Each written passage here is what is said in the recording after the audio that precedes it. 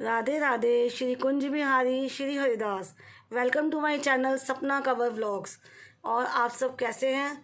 मैं भी अच्छी हूँ। उम्मीद करती हूँ आप लोगों ने भी राधाष्टमी का पर्व घर में मनाया होगा। जन्माष्टमी के बाद राधाष्टमी का ही पर्व आता है, जो कि बड़े धूमधाम से सब अपने घरों में बनाते हैं और राधा रानी की पूजा करते हैं और साथ में उनका स्नान वगैरह श्रृंगार उनका।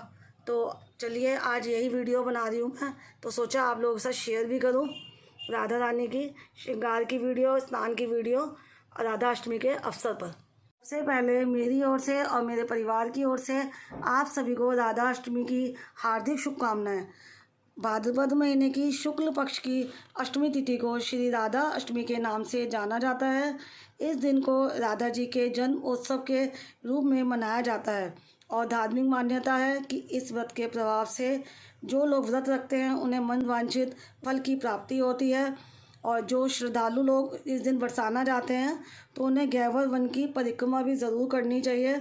राधा अष्टमी के दिन जगह जगह पर बहुत सारे प्रोग्राम होते हैं। लोग घरों में भी इसका त्यौहार बड़ी धूमधाम से झांकियाँ लगाकर मनाते हैं। और पद्म पुराण के अनुसार राधा जी राजा वृषभानु की पुत्री थी एवं राधा जी की माता का नाम कीर्ति था। एक कथा के अनुसार राजा वृषभानु यज्ञ के लिए भूमि की साफ सफाई कर रहे थे, तब उनको भूमि पर कन्या के रूप में राधा जी मिली थी। इसके बाद राजा वृषभानु कन्या को पुत्री मानकर उनका लालन पालन करने लगे। राधा जी जब बड़ी हुई तो उनका सबसे ज़्यादा वक्त था वो कृष्ण जी के सानिध्य में ही बीता था। और पुराणों के अनुसार राधा जी माँ लक्ष्मी जी की अवतार थी। जब कृष्ण जी ने द्वापर युग में जन्म लिया था तो माँ लक्ष्मी जी भी राधा रूप में प्रकट हुई थी। शास्त्रों के अनुसार राधा जी को कृष्ण वल्लभा कहकर भी उनका गुणगान किया जाता है। और जो राधा अष्टमी की कथा श्रवण करते हैं जो भी भक्तजन, उनका जीवन सुखी धनी और सर्वगुण संपन्न हो जाता है। श्री राधा जी के जाप एवं स्मरण से मोक्ष की प्राप्ति भी होती है।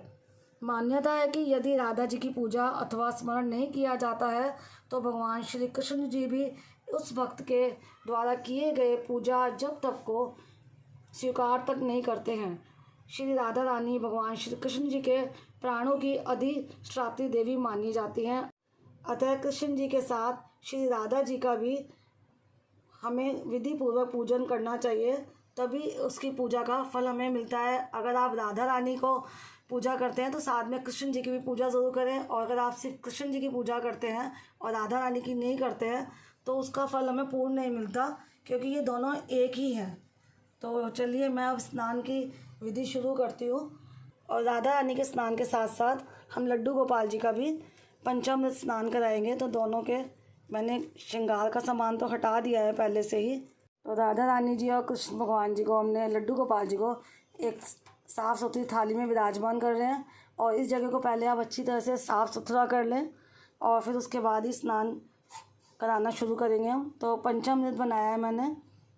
तो इस पंचामृत में मैंने दूध, दही, शक्कर और घी और शहद मिक्स किया है।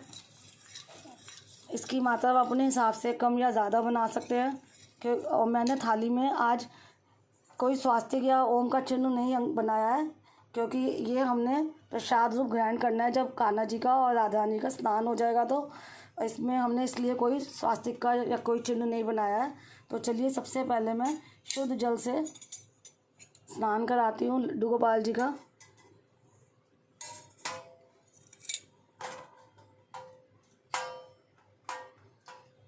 साथ ही साथ राधा रानी का भी स्नान कराती हूँ शुद्ध जल से।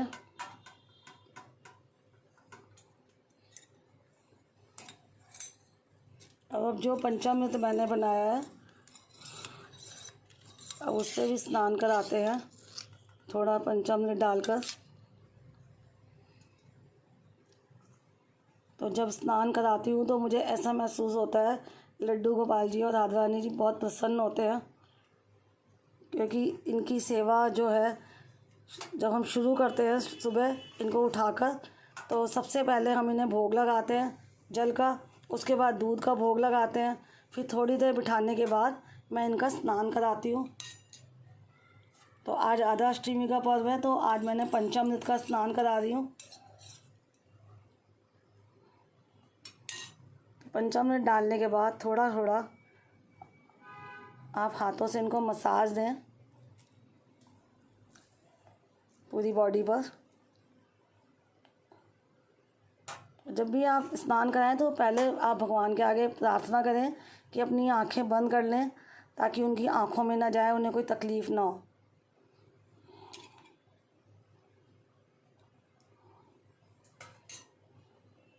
तो देखिए राधा रानी जी कितनी मुस्कुरा रही हैं, आप देख पा रहे होंगे। उनकी मुखमंडल की आभा अलग ही नज़र आती है। पंचामृत स्नान कराने के बाद फिर दोबारा से शुद्ध जल से हम स्नान कराएंगे अपनी लाडो रानी का। आज इनका हैप्पी बर्थडे है, तो आज हमने इनका जन्म उत्सव मनाना है। तो मेरे लड्डू गोपाल जी का, नन्हे मुन्ने बच्चे का स्नान हो गया है और मेरी लाडली का भी स्नान हो गया है। तो अब इनके मैं पोंछ देती हूँ, अच्छी तरह से अंग पोषण कर देती हूँ और उसके बाद इनकी इत्र से मसाज करूँगी। तो राधा रानी जी का और बाल गोपाल जी का स्नान भी हो गया है, अंग पोषण भी हो गया है। तो अब इनको इत्र की मसाज देंगे। उससे पहले जो हमने पंचामृत बनाया है तो इसको आप स्वयं ग्रहण कर सकते हैं, क्योंकि आज हमने इसमें कोई भी चंदन का या किसी चीज़ का, कुमकुम का स्वास्तिक नहीं बनाया था। तो ये मैं परिवार में जितने लोग हैं हम सब इसका भोग प्रसाद के रूप में ग्रहण करेंगे। और अब करती हूँ इत्र मालिश। तो मसाज कराते हुए कान्हा जी बहुत प्रसन्न होते हैं। छोटी छोटी सेवाएं होती हैं जो कि हमें हर दिन करते रहना चाहिए, और कोई विशेष त्यौहार उत्सव होता है तब तो हमें इन सेवाओं को ज़रूर करना चाहिए। तो इत्र से मालिश हो चुकी है, अब लाडो रानी की मसाज करेंगे। तो अब लाडो रानी की भी मसाज कर देते हैं।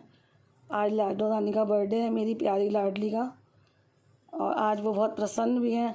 और मैं भगवान से प्रार्थना भी करती हूँ कि सबको, जो भी ये वीडियो देखें, सबको खूब आशीर्वाद दें, बरसाने बुलाएं अपने दर्शनों के लिए, और हमें भी जल्दी से जल्दी बरसाना और बाकी बिहारी जी के मंदिर के दर्शन करने, तो हमें भी जल्दी से जल्दी बुलाएं पूरे परिवार के साथ। तो बातों ही बातों में राधा रानी का मसाज भी हो चुकी है तो अब इनको हम पोशाक पहनाते हैं।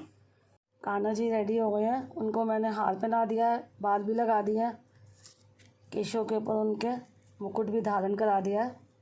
अब इनको हम कंगन पहना देते हैं। बाल गोपाल जी को चंदन का हम तिलक भी लगा देते हैं।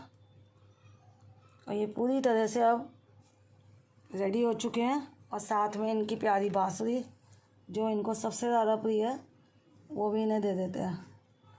तो अब राधा रानी जी ने पोशाक पहन ली है, तो राधा रानी जी को भी हार पहना देती हूँ। सबसे पहले इनके कंगन, रानी जी को अब केश लगा देती हूँ।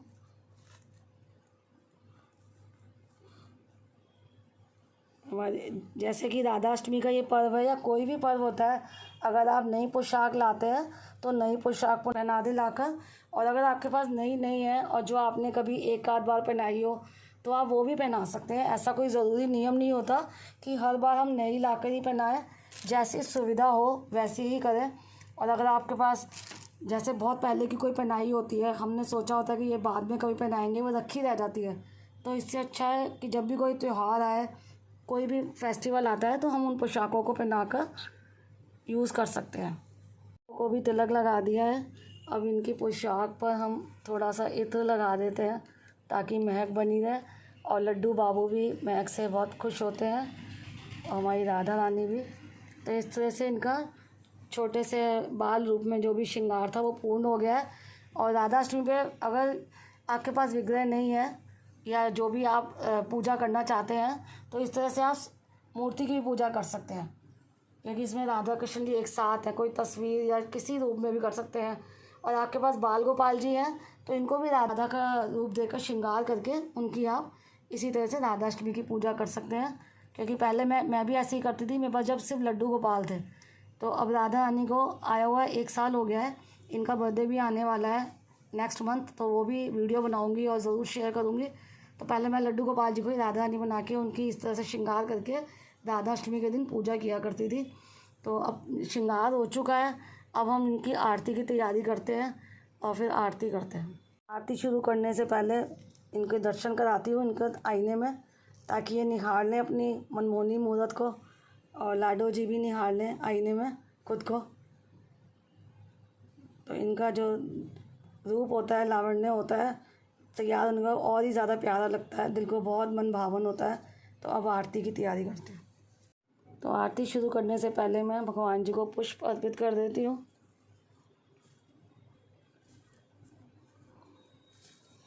कान्हा जी को भी पुष्प अर्पित कर देती हूँ। तो सुबह सबसे पहले मैंने पूजा कर ली है भगवान की एक बारी, और ये जो राधाष्टमी की पूजा होती है दोपहर के 12 बजे के टाइम पर होती है। जैसे कि राधा कृष्ण जी का जन्म होता है भादो मास के कृष्ण पक्ष की अष्टमी वाले दिन रात के 12 बजे, तो इनका प्राकट्य दिवस बनाया जाता है दोपहर के 12 बजे। तो दोबारा स्नान जो होता है वो दोपहर को 12 बजे होता है, और उस टाइम में आरती होती है, और साथ ही साथ गणपति जी की पूजा और बाकी सभी देवी देवताओं की पूजा भी आप सबसे पहले गणपति जी करने के बाद फिर इनकी पूजा करते हैं।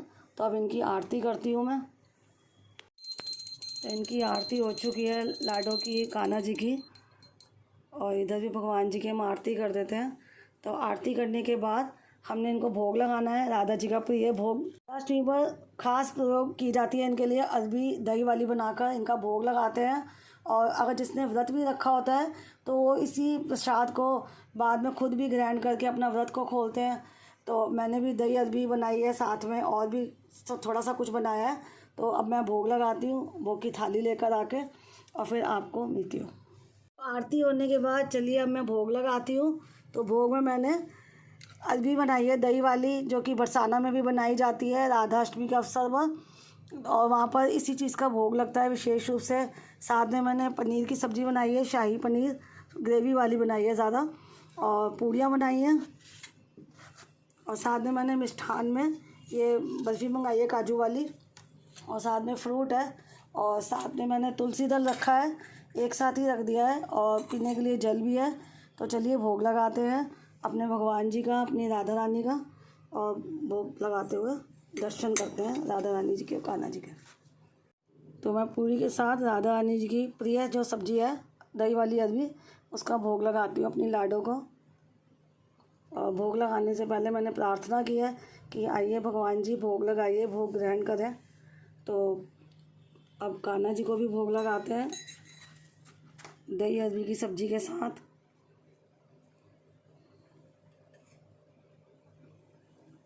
तो मैंने तुलसी माला इनके पास भी रख दी है, और तुलसी दल भी रखा हुआ है हर चीज़ के साथ। तो इसी तरह मैं पनीर के साथ भी भोग लगा के, मिष्ठान का भोग लगा के आपसे मिलती हूँ। भोग लगा चुकी हूँ मैं, और भोग लगाने के बाद मैंने थोड़ी देर के लिए भोग भगवान जी के आगे छोड़ दिया था। तो उम्मीद करती हूँ आज की राधाष्टमी की जो छोटी सी पूजा की है मैंने, वो आपको अच्छी लगी होगी। वीडियो अच्छी लगी है तो वीडियो को लाइक शेयर ज़रूर करें। कमेंट बॉक्स में जाके जय श्री कृष्णा या जय श्री राधे ज़रूर लिखिएगा, और चैनल पर पहली बार आए हैं, नए हैं, तो चैनल को सब्सक्राइब करना मत भूलिएगा। और मिलती हूँ आपसे अपनी नई वीडियो में। टिल देन राधे राधे, जय श्री कृष्णा।